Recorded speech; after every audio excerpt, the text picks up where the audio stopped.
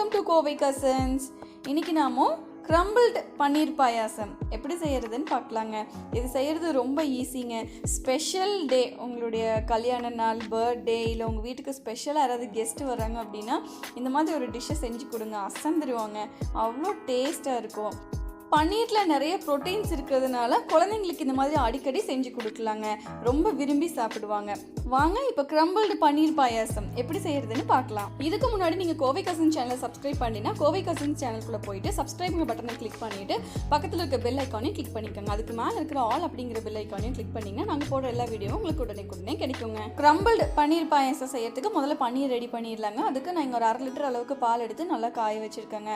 பால் நல்லா காஞ்சி பொங்கி வந்ததுமே கேஸ் ஸ்டவ்வை ஆஃப் பண்ணிவிட்டு இது கூடவே வினிகரை சேர்த்திக்கலாங்க. கிட்டத்தட்ட 1/4 கப் அளவுக்கு வினிகரை கொஞ்சமாக ஊற்றி நீங்கள் திரிய வைக்க வேண்டியதாக இருக்கும். உங்ககிட்ட வினிகர் இல்லைன்னா ஒரு லெமன் எடுத்து நல்லா பிழிஞ்சிட்டு வடிகட்டி தண்ணி கொஞ்சமாக மிக்ஸ் பண்ணிவிட்டு இந்த மாதிரி கொஞ்சமாக பாலில் விட்டு நல்லா மிக்ஸ் பண்ணிகிட்டே இருந்தீங்கன்னா பால் சீக்கிரமாக தெரிஞ்சிருங்க.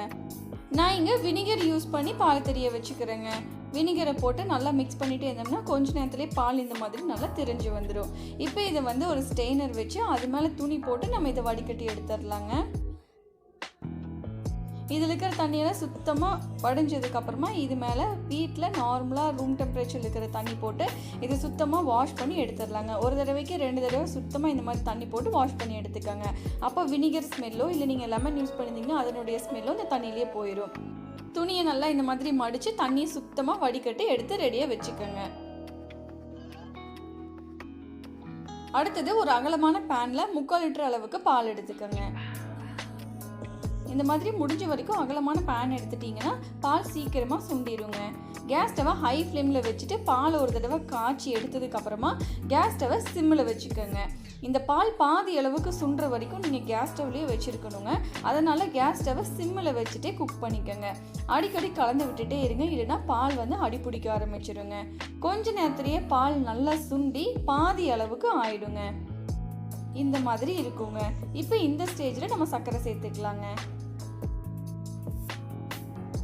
இது கூடயே 3 டேபிள் ஸ்பூன் அளவுக்கு வெள்ளை சர்க்கரை சேர்த்துக்கோங்க.